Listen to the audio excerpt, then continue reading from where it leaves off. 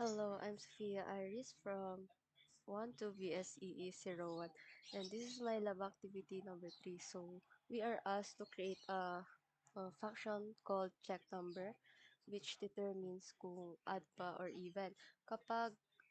Hindi, kailangan namin gumamit ng if-else statement and to check if the number is divisible by 2. Pag divisible siya by 2, it is even. If not, it is odd. Dapat gumagana din siya with negative numbers and 0. So, run ulit.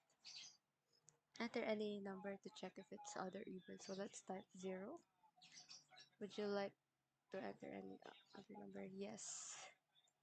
And let's try negative 9. It is an odd number. So, would you like to enter another number? No. And if I answer no, magpiprint siya ng, sige, sabi mo and the program will end.